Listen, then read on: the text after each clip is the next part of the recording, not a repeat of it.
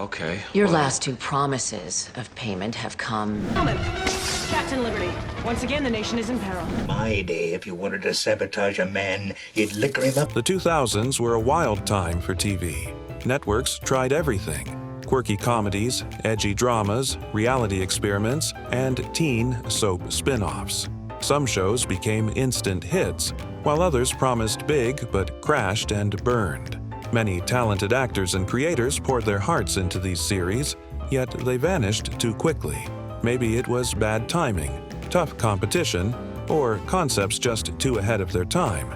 Either way, these forgotten shows are still fun to remember, laugh about, or cringe at.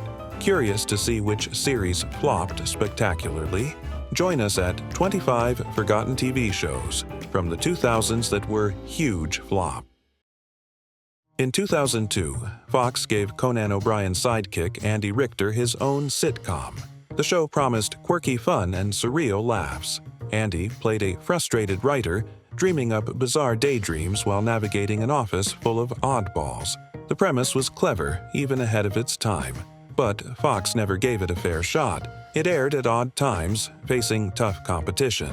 Viewers got confused. Oh, if you'll excuse me, I'm off to gorge myself on feces. Andy, wait! No one's ever talked to me like that before. And ratings stayed low. Despite strong reviews and a loyal fan base, the numbers just weren't there. The show lasted 2 short seasons with only 19 episodes. By 2003, it was canceled quietly. Today, it's remembered as a cult favorite that never found its audience.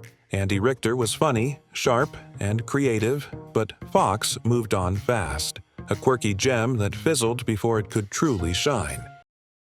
Hollywood star Geena Davis tried her hand at sitcoms in 2000 with The Geena Davis Show. She played Teddy, a glamorous New Yorker suddenly moving to the suburbs to become a stepmom. Her new life was full of messy situations, quirky kids, and awkward office politics. The show tried to blend charm, humor, and Gina's natural wit, aiming for a lighthearted, family-friendly comedy. Despite her star power, things didn't click. And you will never lose me.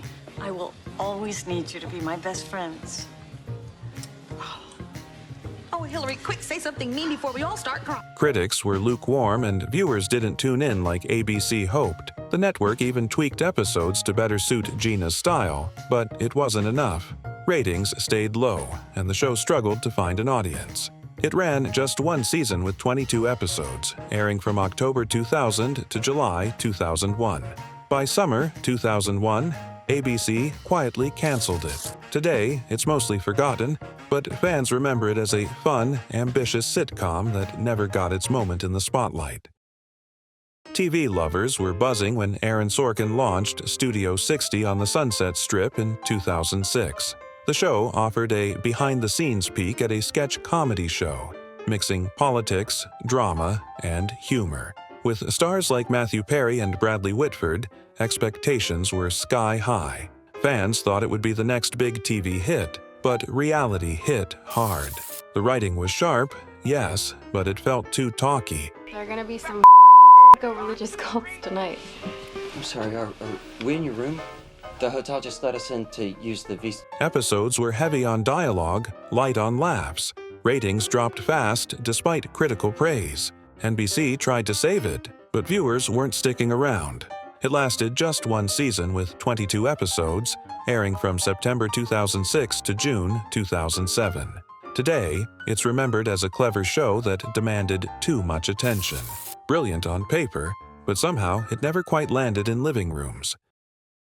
Ever wondered what life on tour is really like for comedians?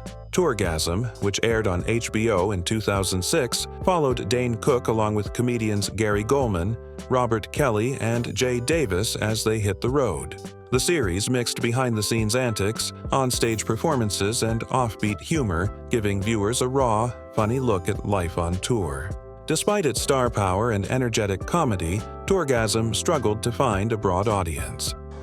War is Caddyshack now, and we're Bill Murray, and he's the fucking gopher. What an awful... Its niche focus on stand-up and backstage chaos didn't appeal to casual viewers, and HBO's smaller network reach meant fewer people tuned in. Critics enjoyed the humor, but ratings remained modest. The series ran for just one season with 9 episodes. Tourgasm is remembered as a cult gem for comedy fans, capturing the chaotic, hilarious side of touring that mainstream TV rarely shows. If you think reality shows are all laughs, wait until you meet a superhero like no other. Up next, The Tick. Superhero comedy fans had high hopes for The Tick in 2001. Based on the quirky comic, Patrick Warburton played the big blue hero fighting crime in absurd ways. The humor was goofy, the action over the top, and it had a unique charm. But the audience didn't quite get it. The humor was oddball. Stroke my ears. Little chum. Appealing to hardcore fans but alien to casual viewers. Ratings were low, and Fox struggled to market it properly. Despite creative storylines and fun villains, the show couldn't survive. It ran just one season with 9 episodes before cancellation. Today, The Tick is fondly remembered for its goofy heroics and silly jokes, a quirky, short-lived series that deserved more love than it got. Magic meets crime in the Dresden Files, which aired on NBC in 2007. Based on Jim Butcher's novels, it starred Paul Blackthorne as a wizard detective solving supernatural crimes. Fans of the books were excited, and the premise had potential for gripping, fantastical stories. Unfortunately, it never clicked with a broader audience. Critics were mixed, calling it uneven. Ratings were low. With black magic. My family is screwed up, and I'm screwed up. And NBC moved on before it could fully develop. Production issues didn't help, and the adaptation didn't resonate outside the fan base. It ran just one season with 12 episodes. Though it vanished quickly, fans remember it for its dark charm and magical crime solving. It was a show full of promise that vanished before it could truly cast its spell. Magic, mystery, and murder. What happens when a wizard solves crimes? Stick around for Flash Forward. Imagine the world suddenly seeing a glimpse of the future. That's the hook of Flash Forward, which premiered in 2009. The mystery drama followed people coping with visions of their own lives 6 months ahead. It was a bold, high-stakes concept, but viewers struggled to follow the sprawling plot and countless characters. Critics praised the premise, but said the execution felt messy. Gutierrez, you're under arrest for employment of undocumented workers. What's your name? Ratings dropped episode by episode. ABC tried to keep it alive, but fans didn't stick. One season with 22 episodes aired before cancellation in 2010. Despite its brief run, Flash Forward remains a memorable what-if story. A high-concept show that sparked curiosity but faded before it could fully answer its own mysteries. The year 2000 brought Dot Comedy, ABC's failed attempt to turn internet sketches into network television. Hoping to ride the dot-com wave, the show promised funny online clips curated for TV audiences. But execution was rough. The pacing felt awkward, and the humor didn't translate well from web to screen. Wouldn't you know? Now he's obsessed with her. You wanna look? Fine! Viewers barely tuned in, and critics were unimpressed. ABC canceled it almost immediately, after airing just one episode on December 8, 2000. The few remaining episodes never saw the light of day. Today, Dot Comedy is remembered as a short-lived experiment, an early attempt to merge internet culture with television, and proof that not every online trend survives the jump to network TV. Fans of Bette Midler were excited in 2000 when she starred in her own sitcom, Bet. She played a famous entertainer balancing work, family, and personal life. The show tried to blend her comedic talent with heartfelt family stories. At first, it seemed promising. Midler's charm and humor were undeniable, but critics felt the scripts were uneven, and the audience struggled to connect. Ratings stayed low, and ABC tried tweaks that didn't help. Honey, you keep swinging those fish sticks like that, I'm gonna have to throw you back. Maybe you ought to calm it down just a smidge. Dolly, I've been flapping this tail for 30 years. I know what I'm doing. It ran one season with 18 episodes. airing from September 2000 to June 2001. Despite Midler's star power, the show never hit its stride. Today, it's remembered as a funny but short-lived sitcom where a beloved performer shined, even if the world didn't tune in. Higher Ground offered a dramatic look at troubled teens in a wilderness therapy program. Premiering in 2000 on Fox Family Channel, it starred Hayden Christensen as one of the young patients trying to cope and grow. The show aimed to mix teen drama with emotional depth. Critics praised the concept, but some found it too heavy and intense for casual viewers. Ratings never picked up, and the series struggled to find its audience. There's something you're not telling me. Who? You have to tell me what happened. I don't have to tell you anything. It lasted just one season with 22 episodes. Though short-lived, fans remember Higher Ground as a heartfelt teen drama that tackled tough issues honestly. A serious show that burned bright, but not long enough to leave a lasting mark. In 2000, the others tried to bring supernatural mystery to TV. It focused on people with psychic abilities, dealing with dark forces in their lives. Critics praised the ambition but called it confusing for viewers. Despite eerie storylines and suspenseful moments, ratings were low. The supernatural drama struggled to find a wide audience, airing on ABC and facing tough competition. She'll see them. Then everything will be different.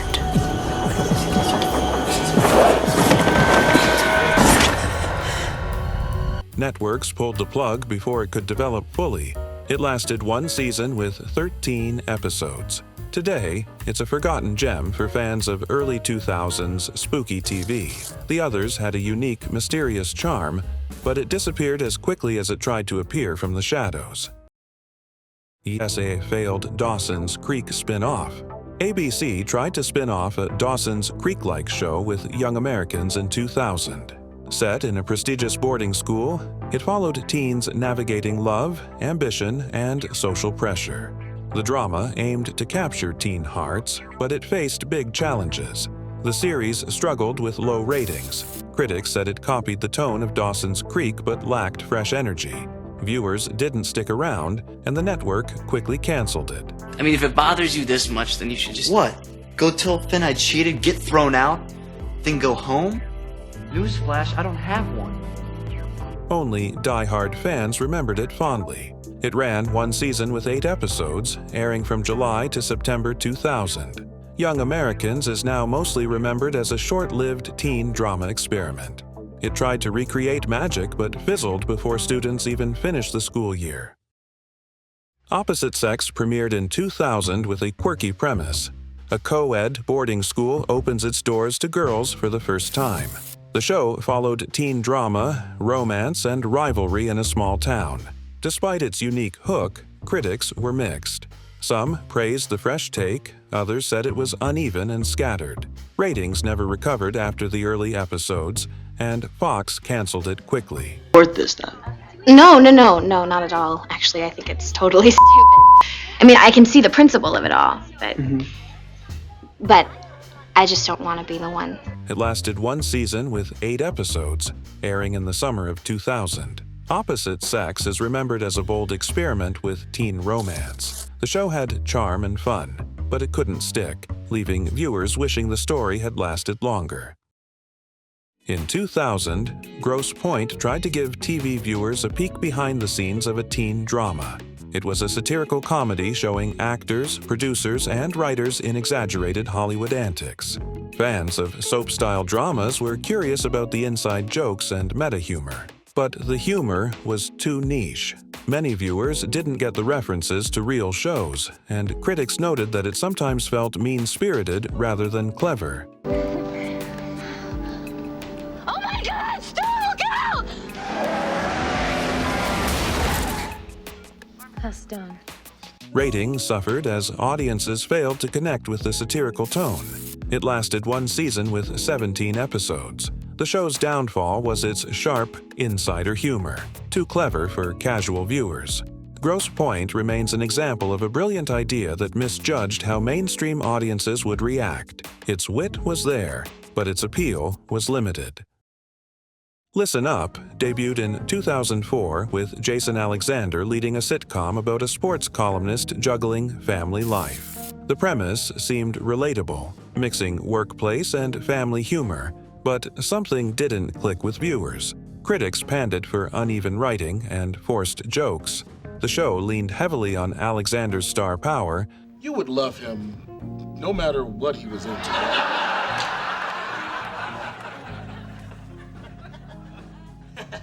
Wow. But the stories felt predictable and lacked depth. Audience interest dropped quickly, and NBC struggled to promote it effectively. It ran one season with 22 episodes before cancellation. Listen Up failed because it couldn't balance humor and heart, relying too much on familiar sitcom tropes. Despite a talented cast, viewers weren't engaged enough to keep it alive. In 2004, Fox launched Quintuplets, a sitcom about a family raising 5 teen siblings. The idea was wacky and promised chaotic family comedy, but it quickly fell flat. Critics found the jokes predictable and the characters one-dimensional. Audiences were confused by its tone. It wasn't zany enough to feel like cartoon chaos, but too silly to take seriously. Ratings never picked up, and viewers lost interest fast. Back together, side together, left together. And that is what we call a box step. I don't know. Got anything easier? The series lasted one season with 22 episodes. Quintuplets failed because the humor didn't land, and the concept felt stretched thin. Too much focus on gimmick over genuine storytelling left it forgotten almost immediately. Family chaos is one thing, but what if your accountant suddenly becomes a detective? The next one is Andy Barker, P.I. Andy Barker, P.I. premiered in 2007 as a quirky detective comedy starring Andy Richter. He played a mild-mannered accountant who suddenly becomes a private investigator.